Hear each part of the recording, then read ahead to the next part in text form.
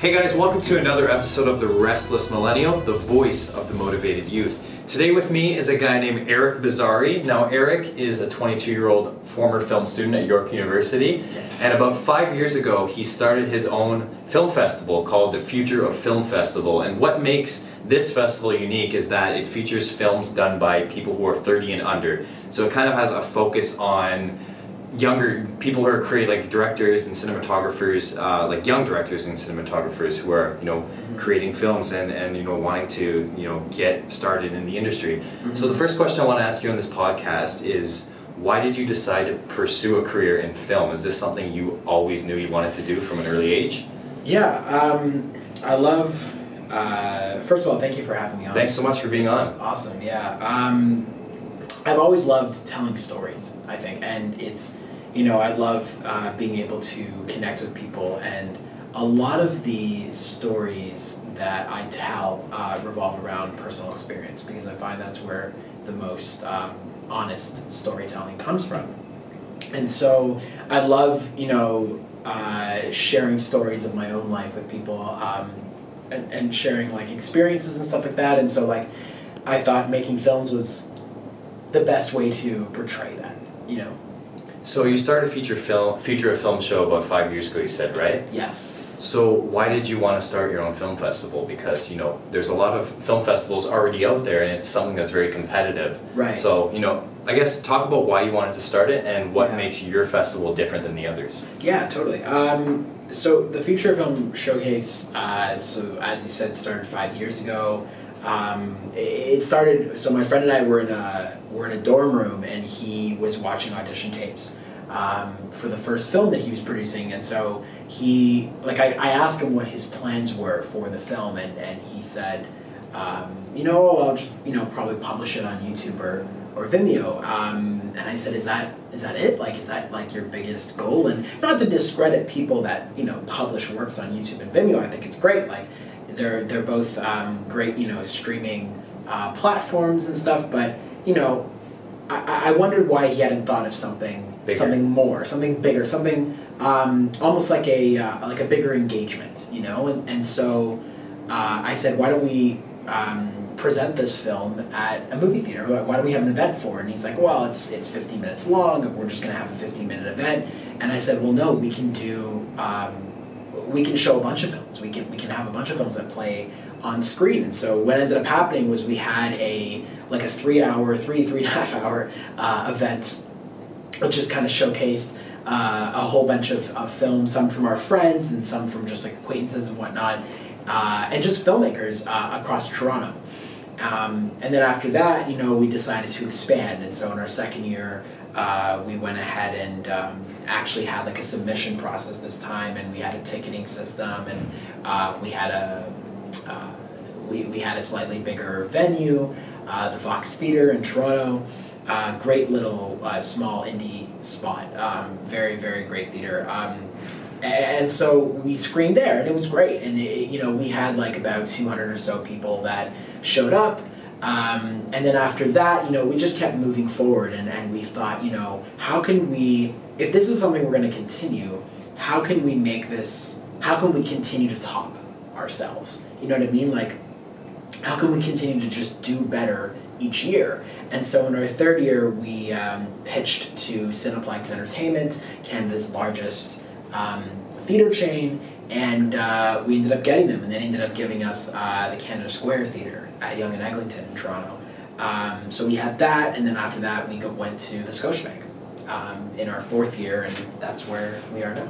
And you just wrapped up the fifth year of it. Can you just talk a little bit about how the reception was for your last festival? Totally, yeah. It's funny because as I mentioned before, I'm in a little bit of a break. I've kind of tried to take a break. We were talking off air, if you guys don't know, for a while, because it took a while to rent this room. So. we had a whole conversation. Taking a break, because I feel like that's necessary when you take on a project so big, right? And with the Future of Film Showcase, that putting on this festival every year, even though we're only one night, we showcase about our program ends up coming down to probably about 10 to 12 films, And it's not like, it's not more than that. It's not more than one day, but to put that day together successfully is really difficult. And so that's not something that I feel like a lot of people realize. And you have a film festival, you're just putting on screenings. So although it's one day, it's a year of preparation, right? It's about a year of prep. And who's to say that you can't, over that year still take breaks, but exactly. Like it's really intense, and it gets really intense, especially when we get around to actually having the festival. So the reception from our 5th year was great. I mean, there were approximately like 400 people that came out throughout the entire day. We have a filmmaker luncheon and an industry panel. The screenings, and then our after party. So the luncheon is, a bunch of filmmakers come together and they network with each other, the selected filmmakers. We also invite industry professionals to come in and to eat, to drink, to speak to everybody. And then our industry conference is when we have industry professionals who come in, sit on a panel, and talk. And so in our 5th year, we had people such as, we had Lisa Haller, the programmer for TIFF Shortcuts, the TIFF Shortcuts program. We had a producer by the name of Tony Wask. We had Paige Murray, who is the CBC Reflections programmer. CBC has this program where they showcase short films, Canadian short films of any length, of any genre. Well, I think maybe in a reasonable length, probably like 20, no more than maybe 20, 25 minutes, but they have a great program, and so she was there. And we also had Jen Kuzmic. She's the executive director of the Banff World Media Festival. That's another festival that's really taking off. So we had a bunch of really great industry players come in and speak to an audience filled of like emerging filmmakers.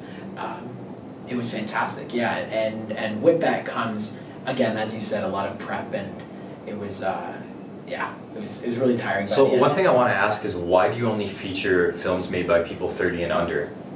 Like, why is it so important to you to showcase youth, like young filmmakers? That's a good question, because I've actually been asked that a few times, and what categorizes someone as emerging? How can you really tell? And so I think when you're 30 or younger, you're in this mindset in which you're generally picking your first career, right? You haven't necessarily been in computer science for like 10 or 15 years, and you're like, what, I'm going to switch to film, I'm going to switch to content creation. You're generally, like in your first years, and you're emerging in the sense that you're still in that mindset where you're trying to find yourself. You're trying to find out what you're good at, what you're not good at. And so showcasing films from people in that mindset, and people in that kind of environment is very interesting and very, I feel very fortunate to be able to watch stories from people like that. And so this has been on for 5 years now. Have some of the directors that you've featured on the festival gone on to do like huge things in their careers so far? Yeah, actually. If you can think of any examples, could you talk about them? Yeah, for sure. There's some are even going on to be like feature filmmakers. Yeah. So they're making their first features right now. I know that one woman by the name of Sophie Romberry, she had her film Let Your Heart Be Light screened at a 2018 festival a few months ago, and her new short film Norman is premiering at TIFF in September. Oh wow! Yeah, so that's really great. Alicia K. Harris is another filmmaker. She had her film, two films actually, screen at Future Film Showcase.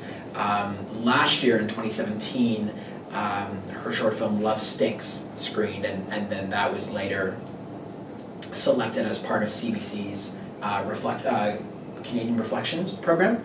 And then she screened her film this year. She screened another one. Oh my God, what was the name? Maybe If It Were a Nice Room. And that screened at the 2018 festival. And so now she's actually making a new short called Pick. And that's about a black girl who wears her afro to school on picture day, and she's discriminated for it. So that's really interesting. And so a lot of our filmmakers are really getting to do, maybe not necessarily they're directing like award-winning films right now, but they're films. on like Hollywood films, like that'd be crazy, but like they're on their way to doing some really great things. I tell this story all the time. There was a 14-year-old, our youngest filmmaker ever screened at Future Wow. Film. So there's no, She's 14. like, it's 30 and under, but there's no limit to how young you can be. No. She So like was if you're an in grade- 8-year-old, you can submit a film. I mean, bring it's it. good. Yeah, I mean, why not? She's 14 and she was in grade 9 at the time, and her name's Ava Young. And her film was about, I was like 90 That's a really seconds. great stage name, by the way. Ava Young? Yeah. Ava, if you're watching this, or if you're listening to this. That just sounds like a celebrity's name. Ava Young, I guess. Or Yeah. an actress's name. Well, you know what? She was so full. She's so full of energy. It's nuts. Like her film. So her film's only 90 seconds. It's about time travel. Wow. She used the Metro Toronto transit system to kind of like highlight. And she's that. 14. She's 14. She Wow. was 14. So she screened in our second year, which would have been in 2015. So she'd be around 17 She's now. probably 17 now. Wow. Yeah. Yeah, it's just nuts. It's crazy. And I still, like, we still keep in touch with her, you know what I mean? She's still, like, making movies and creating content and everything. It's really inspiring. So when you take submissions for your festival, are you the one who chooses which ones make it and which ones don't, or is it just your team in general?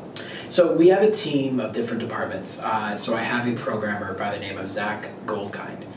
He's the VP of programming. So what he does is he gets together with his team of associate programmers who then watch all the films, critique them and judge them, and then they end up sending me a list that I look over with my program, with Zach, and we kind of like choose about, I mean, like we only have our content, like our program runs about like 2 hours in length approximately, so we end up choosing however many films that are good, obviously that make up that time, and we end up looking at this list, and something I really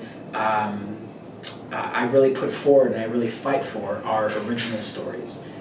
Fresh ideas, you know, things that haven't been done before. So like, for example, when we chose that film by Ava and it was about, you know, time travel, how many films have we seen about time travel? But how many films have we seen about time travel using a transit system? That's pretty cool, right? It's hard to explain, but watching it is really surreal.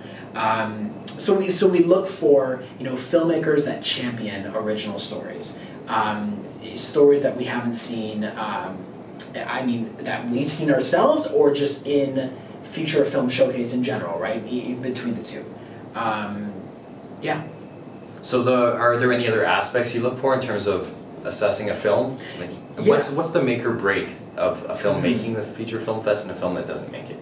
I know you touched a little bit on that, but I think, can you all elaborate? Yeah, totally. Aside from being, you know, Canadian, 30 and younger, it can be any genre. I think, as I was saying, like, I think the best films are ones that, honestly, for lack of a better word, are just simply original. You know, like, we've had so many films that kind of, you know, they get submitted and they're trying to say one thing, but they're executing it in a different way. And I think that films that can effectively execute what their voice is throughout is a great short, you know.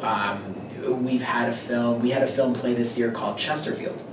Is it about the sofas? It was about, yeah, have you heard of it? Chesterfield sofa? I haven't heard of the film, but I just guessed because you said Chesterfield and it reminded me of the sofas. There's a brand named Chesterfield. The Chesterfield store. Oh, heard of it? No. It's like a furniture store. Oh, that's amazing. Yeah. Oh, Is that that's what it's very about funny. though? Yeah, well, it's about Wow. a guy who buys a sofa, and he doesn't have, like, his friend who's supposed to drive him bails. Isn't Chesterfield's a station in Toronto, like a subway station? I'm not sure. Is there? No, because they try to bring this what it's about is they purchase this sofa and they take it with them across the city, across Toronto. So after his friend bails, he realizes, like, he can't go on the subway with the sofa. Yeah. So he walks this sofa from one station to the next across the city. Really? It's all the way across every single stop on the subway line. Yeah. That's the movie. That's the whole premise of the movie. Yeah. I'm gonna check that out. So what's it called? Just called Chesterfield? Chesterfield. That's awesome. So no, I see what you're saying in terms of like uniqueness, originality, like you see, something like when that. When have you seen a film like that? It's Never. kind of like it's not a coming of age, but it's about this guy who isn't exactly like the most, I guess. He's not. I wouldn't say he's socially awkward, but he's not an introvert, but he's not necessarily an extrovert. Right? Yeah. He kind of just like keeps to himself more or less, but he'll still talk to people. And so, how many films have we seen about someone like that? But with couches. in this one, with couches, right? It's great. So he meets all these people along the way. It was very unique, and the way it was shot too was awesome. Yeah. So you've been doing this festival for 5 years. You have 100 plus attendees every year. How did you kind of get that following, like right off the bat? I know you talked about it a little bit at the beginning, but were there any challenges early on in trying to build interest for the festival? Because I assume it's not easy to build a film festival. No. I think it's a lot more difficult than people really come to believe. It's about kind of getting people each year that are passionate about creating the festival, right? And about the films showcased in the festival. Sometimes, there are team members that fluctuate between each year. My co-founder, so I founded this with one other guy, his name is Sean Joshi. He actually moved to Los Angeles after after our 4th year. So the 5th year is the first year that he wasn't involved at all.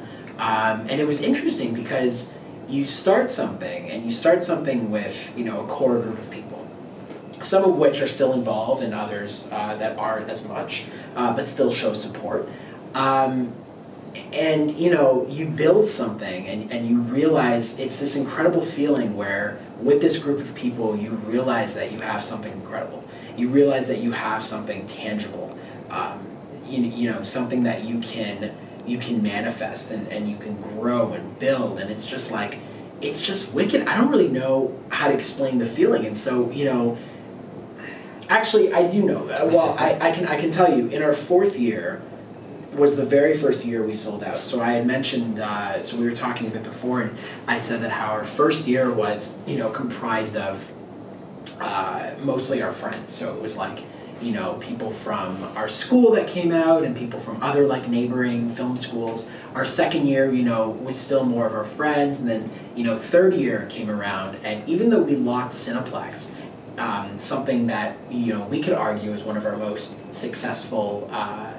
So your 3rd year was your most successful so far, right? No, our 3rd year was our least successful. That's yeah, right. So it was the least attended. So it was the most successful in that we got Cineplex as a sponsor. And as soon as that news had come in, we're all kind of sitting in this room like almost just like shaking, And so we get them as sponsor, but as our sponsor, but we also have the least attended year.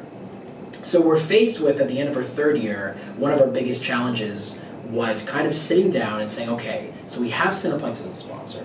This was our least attended. Our other 2 years, we're good. Do we really want to continue this? Do we really have a passion for this? Because the only way that this festival will ever succeed. And did you had to ask yourself those questions at that time? Yeah, you're sitting around with a group and you're all asking that question. Right. And if that passion isn't there, you have to stop, because something like this, something this big,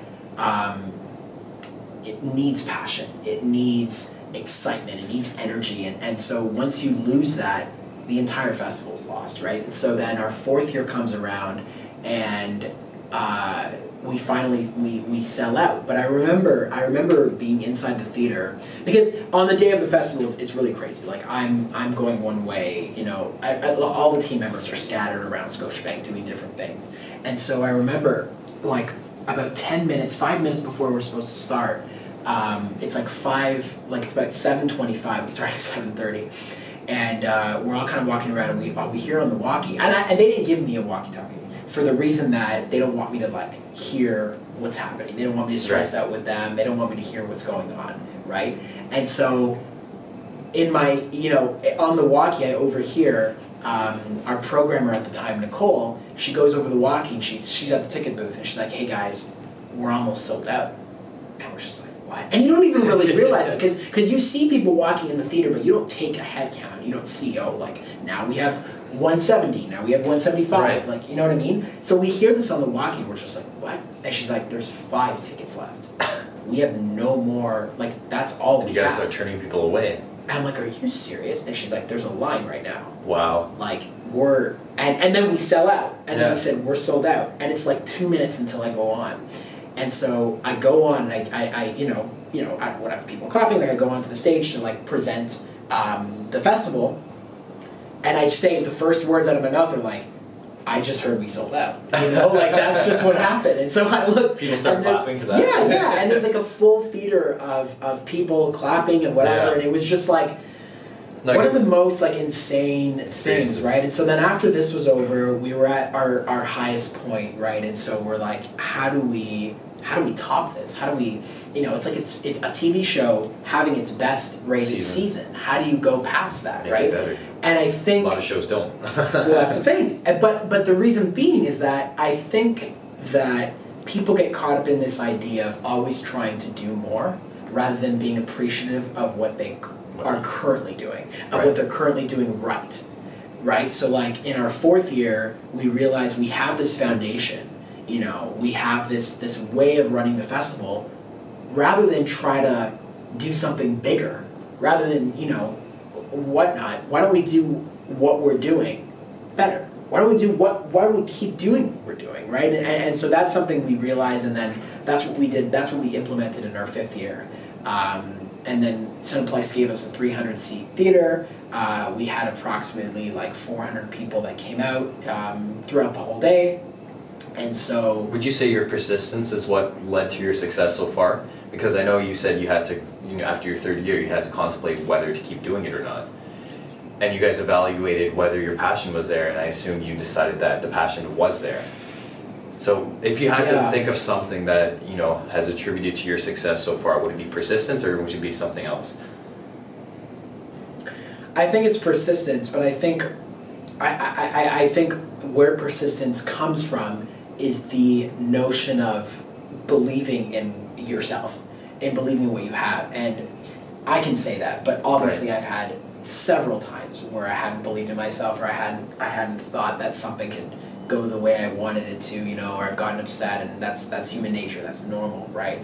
But I think it's really believing in yourself. And as cliche as that sounds, at the end of each year, I think no matter how successful we get, there's always a conversation with, are we going to do this again next year? Who's coming back to work for us next year? And even like every TV show does that too. Who's going to come? Actors re-signing their contracts and stuff like that, right? And it's all normal. And I don't think it has anything to do with like people leaving right. and people coming back on. Like I don't think has anything to do with them not being passionate about it. It's a really difficult job, right? And so I think what's kept people on, what's kept us going really is the idea of believing in yourself, but also having people that believe in you and believing in what they're working on.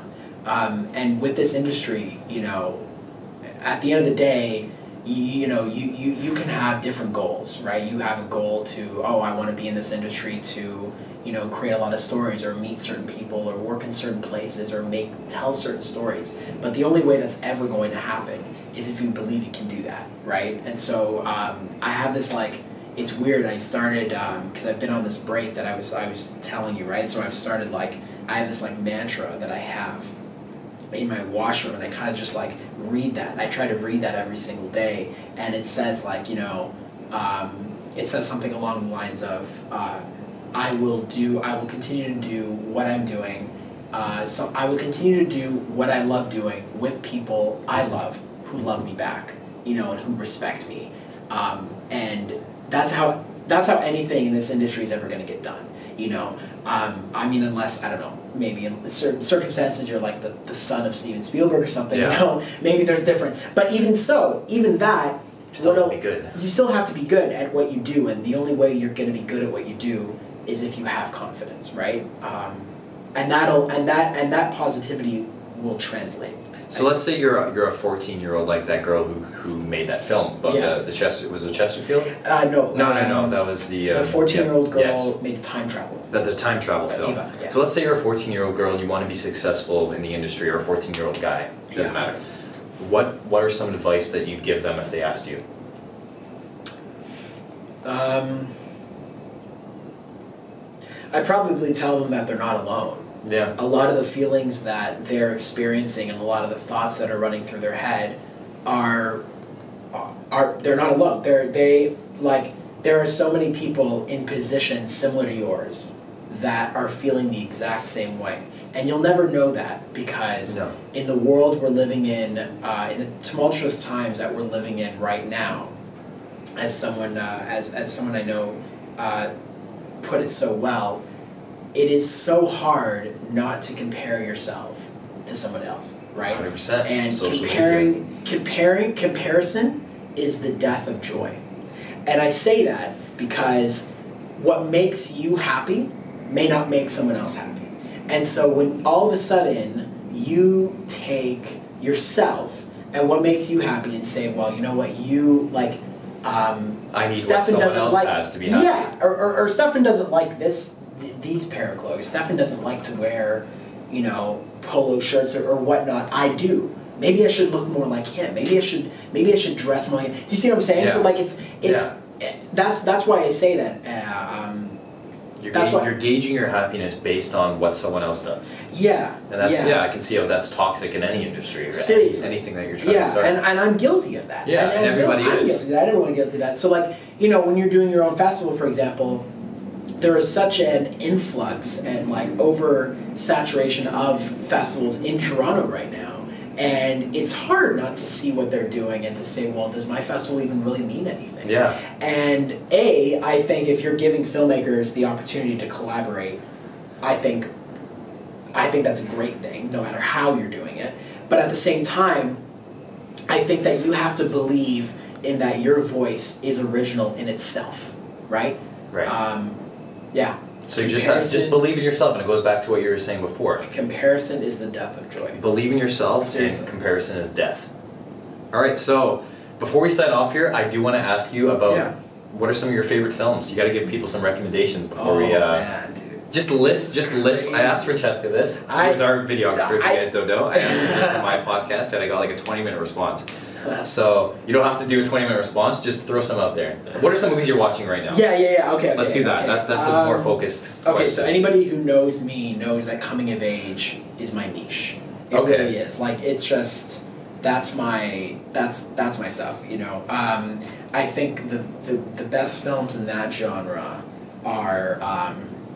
Oh my God, I hate this question, but you know what? Then after I've asked it, I always think of 20. Oh yeah. And I'm like, why did I say these ones? I first ones that come to mind, honestly, Stand By Me, by Rob Reiner, Whiplash, Damien Chazelle, The Spectacular Now, The Perks of Being a Wallflower. Oh, that's a great movie. I'm just gonna throw out. What about The Incredibles? We were talking about The Incredibles. You see what I'm saying? How did I not remember that? I talked for 10 minutes about The Incredibles, and I didn't even. Yeah, The Incredibles is probably one of my favorite. No, it's definitely one of my favorite movies. The Dark Knight. I watched a film recently that was fantastic. Won't You Be My Neighbor? That documentary about Mr. Rogers. There's a documentary about Mr. Rogers called "Won't You Be My Neighbor." Is it on Netflix? I was in shambles. Netflix or no? No, it's on. You know what? Might go to Netflix. I don't see why it wouldn't go to Netflix eventually, but it's on Netflix film. It came out in theaters. That's amazing. Yeah, because I remember I used to watch Mr. Rogers as a kid. Yeah, I had it's weird. I didn't grow up with Mr. Rogers, but I have faint memories. But that was a great doc. How about movies that are coming out in the next little while? What should people be looking out for? What should people be excited for? Yeah. There's a movie out right now called Blind Spotting with Daveed Diggs. That's supposed to be very powerful. So that's out right now. Sorry to Bother You is very unique. 8th Grade 8th Grade just came out with Bo Burnham. Bo Burnham directed it, but the actress is Elsie Fisher, and it's about her last week in 8th grade. In 8th grade, yeah, before That's she moves on to high school. It is fantastic. It'll remind you that you were cooler than you think in 8th grade. You weren't that weird. Like, it's crazy. Like, all of the insecurities that I felt, or like that I knew other people felt, or other characterizations, like there were of people that I met are in this movie. It was crazy. It was great. So if people want to learn about some of the work you're doing, or they want to learn more about Future of Film Showcase, where can they find you? So the Future of Film Showcase, FOFS.ca. I have social media, Instagram, Twitter, and Facebook. Subscribe and like my. No, I'm kidding. I've made. You gotta plug in your stuff there, your social accounts. Seriously, yeah. I made this short film called Cold Hands. It depicts. So I mentioned that I make films from personal experience. Cold Hands specifically depicts my experience with sexual assault. And so that film has very timely subject matter in light of the Me Too and Time's Up movements. So that's also on social media. We're currently touring festivals across the country right now. So and hopefully some more screenings soon in Toronto. So that's something I'm doing. And before that, I did a film called The Shallow End. That film. So I teach swimming on the side, and that film is about a swim instructor whose kid almost drowns in his class. Yeah, and so that's a film I also made that also has social media and it's having updates. Distribution for Cold Hands is coming really soon, which is great. We've partnered with this distribution company.